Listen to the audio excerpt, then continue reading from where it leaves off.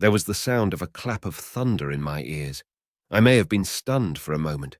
A pitiless hail was hissing round me, and I was sitting on soft turf in front of the overset machine.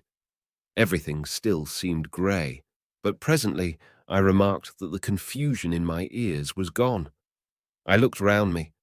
I was on what seemed to be a little lawn in a garden, surrounded by rhododendron bushes, and I noticed that their mauve and purple blossoms were dropping in a shower under the beating of the hailstones.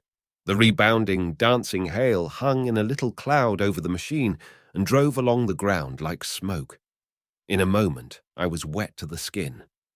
"Fine hospitality," said I, "to a man who has travelled innumerable years to see you." Presently, I thought what a fool I was to get wet. I stood up and looked round me. A colossal figure, carved apparently in some white stone, loomed indistinctly beyond the rhododendrons through the hazy downpour, but all else of the world was invisible. My sensations would be hard to describe. As the columns of hail grew thinner, I saw the white figure more distinctly. It was very large, for a silver birch tree touched its shoulder. It was of white marble, in shape something like a winged sphinx, but the wings, instead of being carried vertically at the sides, were spread so that it seemed to hover. The pedestal, it appeared to me, was of bronze and was thick with verdigris.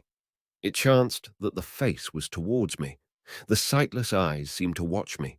There was the faint shadow of a smile on the lips. It was greatly weather-worn, and that imparted an unpleasant suggestion of disease. I stood looking at it for a little space, half a minute, perhaps, or half an hour. It seemed to advance and to recede as the hail drove before it denser or thinner. At last I tore my eyes from it for a moment and saw that the hail curtain had worn threadbare and that the sky was lightening with the promise of the sun. I looked up again at the crouching white shape, and the full temerity of my voyage came suddenly upon me. What might appear when that hazy curtain was altogether withdrawn? What might not have happened to men? What if cruelty had grown into a common passion?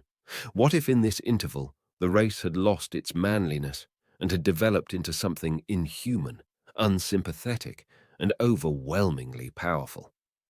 I might seem some old-world savage animal, only the more dreadful and disgusting for our common likeness, a foul creature to be incontinently slain,